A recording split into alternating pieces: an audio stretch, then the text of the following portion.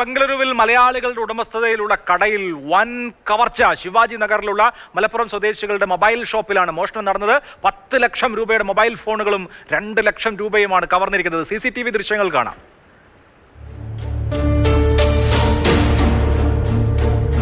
ബ്രാൻഡൊക്കെ നോക്കിയാണ് എടുക്കുന്നത്. കോവിഡിന് ശേഷമുള്ള ഒരു നേട്ടമാണ് ഈ ഫേസ് മാസ്ക് വെച്ച് ഇവർക്ക് മോഷണം നടത്താമെന്നുള്ളത്. അതെ.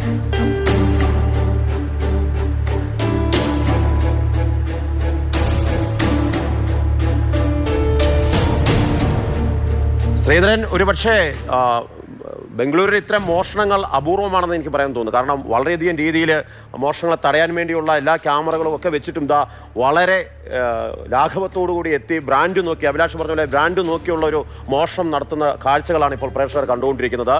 എന്താണ് പോലീസിന്റെ ഒരു നിഗമനം? എവിടെ നിന്നുള്ള സംഘം എങ്ങനെ മോഷണം നടത്താനുള്ള സാഹചര്യമുണ്ടായി? എന്തെങ്കിലും സൂചനകൾ ഇത് സംബന്ധിച്ച് ലഭിച്ചിട്ടുണ്ടോ ശ്രീധരൻ?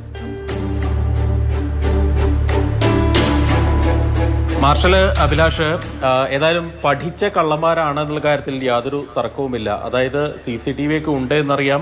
തൊപ്പി ധരിച്ചിട്ടുണ്ട്, മാസ്ക് ധരിച്ചിട്ടുണ്ട്. അതായത് മുഖം വ്യക്തമാക്കാതിരിക്കുന്നതിന് വേണ്ടിയാണ് ഇത്തരത്തിൽ മോഷണം അല്ലെങ്കിൽ മുഖം മറച്ചൊക്കെ എത്തി ആളെ തിരിച്ചറിയാതിരിക്കുന്നതിന് വേണ്ടിയാണ് ഇങ്ങനെ മോഷണം നടത്തുന്നത്. ഏതായാലും 55 മൊബൈൽ ഫോണുകൾ ഇവർ കവർന്നിട്ടുണ്ട് എന്നാണ് കടയുടമകൾ പോലീസിൽ നൽകിയിരിക്കുന്ന പരാതി. ഇതിൽ ഐഫോണുകൾ ഉൾപ്പെടെയുണ്ട്. നേരത്തെ അഭിലാഷ് പറഞ്ഞ പോലെ തന്നെ കൃത്യമായിട്ട് ബ്രാൻഡ് നോക്കിയൊക്കെയാണ് ഇവർ എടുത്തിരിക്കുന്ന കാര്യത്തിൽ യാതൊരു തർക്കവുമില്ല. ഏതാണ്ട് 10 ലക്ഷം രൂപയുടെ മൊബൈൽ ഫോൺ നഷ്ടപ്പെട്ടിട്ടുണ്ടെന്നാണ് കടയുടമകൾ പറയുന്നത്. അതോടൊപ്പം തന്നെ 2 ലക്ഷം രൂപ കടയിലുണ്ടായിരുന്നു. ആ പൈസയും നഷ്ടപ്പെട്ടിട്ടുണ്ട്.